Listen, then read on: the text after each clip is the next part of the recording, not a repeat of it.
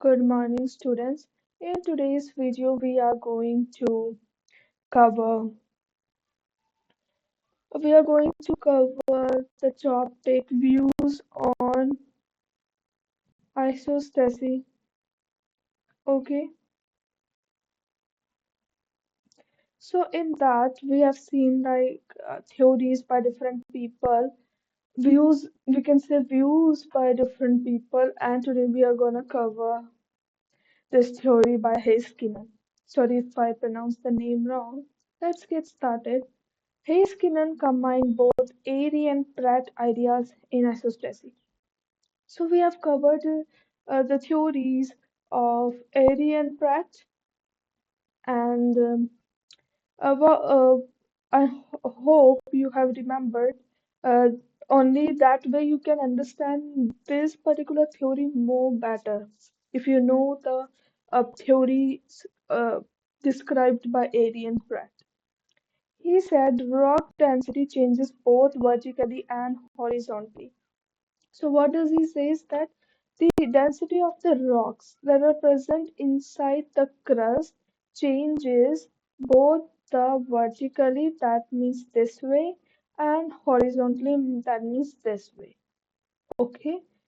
Columns of the Earth's crust have different density, not just different thickness.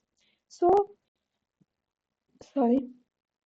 So he says that the columns of the Earth's crust. That means this is the crust.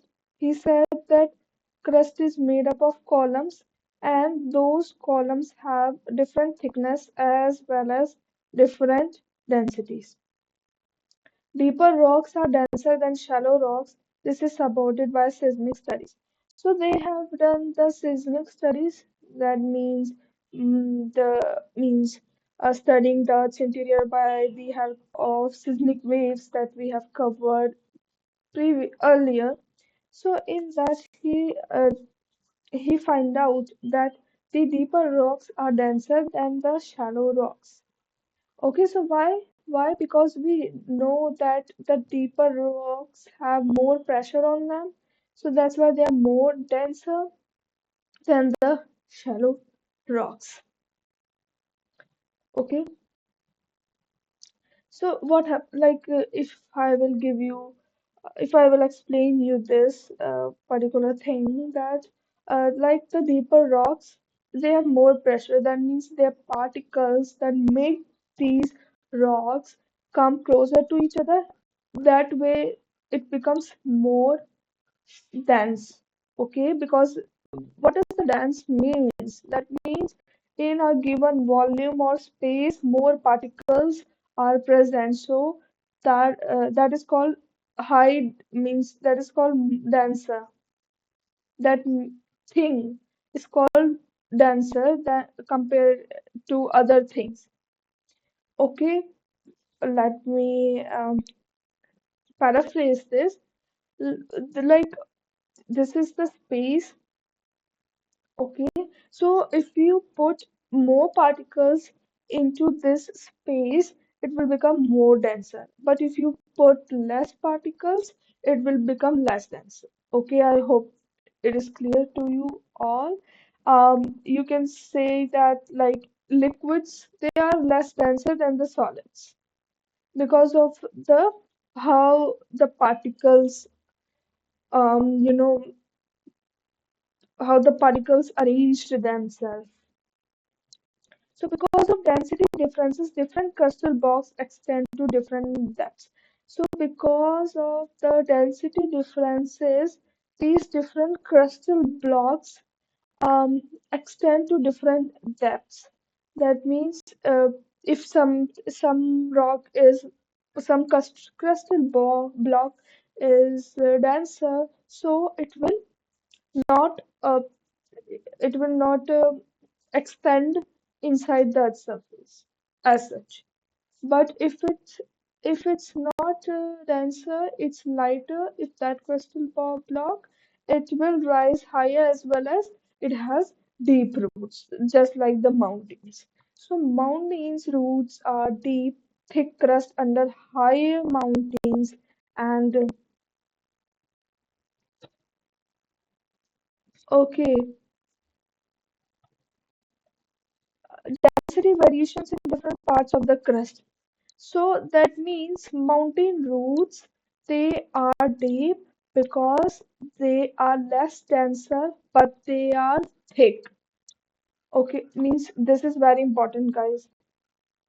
Let me explain this again, otherwise you will confuse that mountains they have low density rocks inside them, but they have high, you can say high means they are more thick. Okay, so you can't means don't be confused that it has more thickness, that means density is higher. No, density is low, but they are thick. That's why the mountains are able to elevate high as well as have deep roots at the same time. I hope this concept is clear to you all, because this is very important. Now let's do the critical analysis of his theory. Isostasy explains vertical uplift of mountains well, but we still cannot prove that isostasy starts tectonic movements. So what happens is isostasy explains the vertical uplift of mountains very well. Okay, like the why the mountains have such height.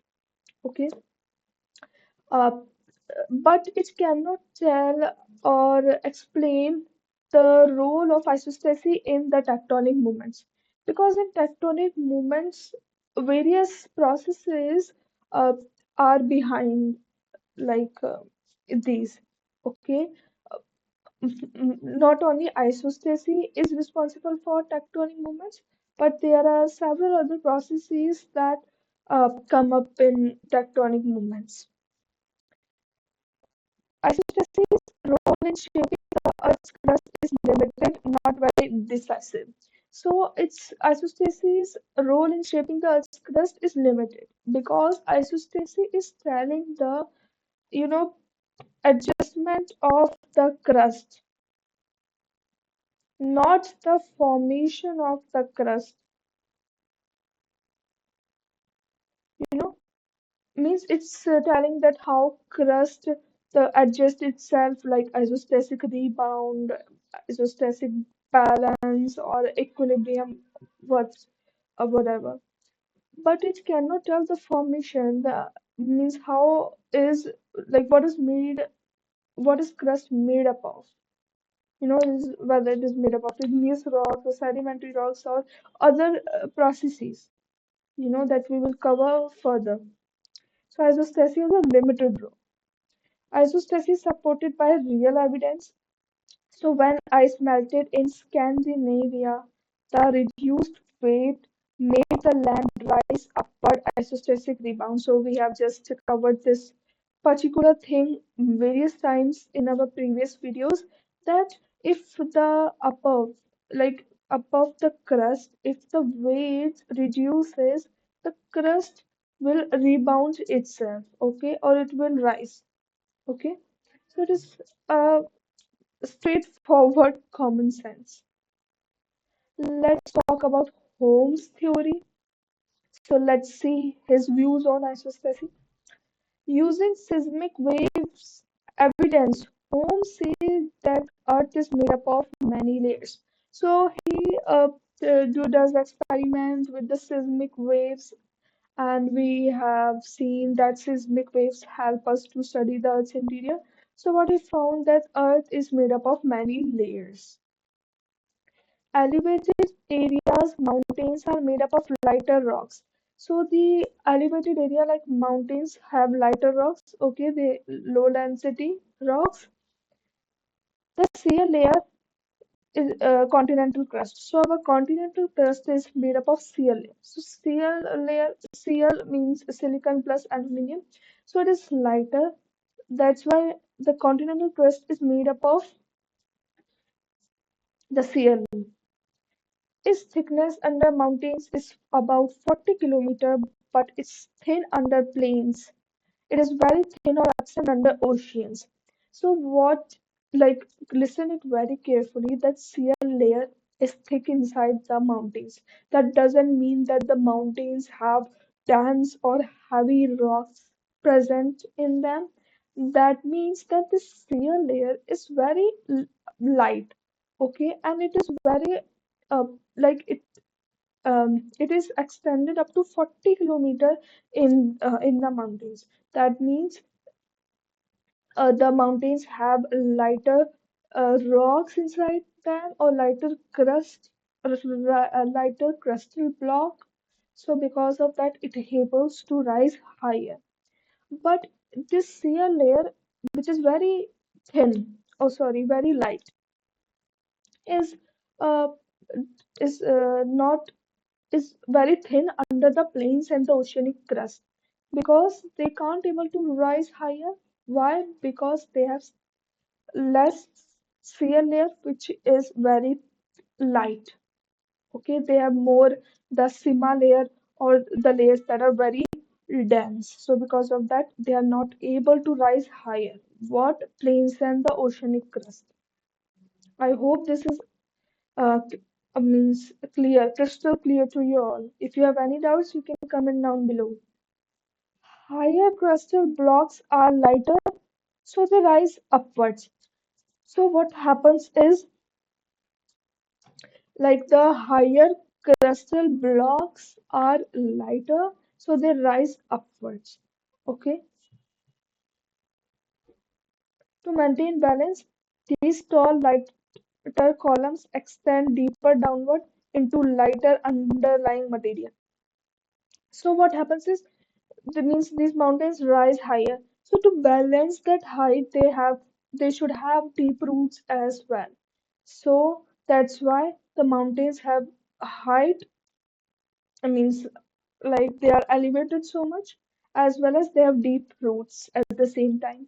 So low-lying areas sit on denser material, so they do not rise as much. So I think I have covered this many times.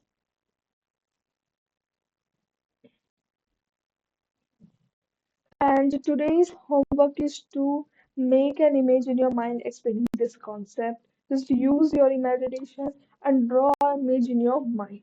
That's what I want, so that you will be able to remember this much longer. And yeah, that's it for this video. Thanks for watching.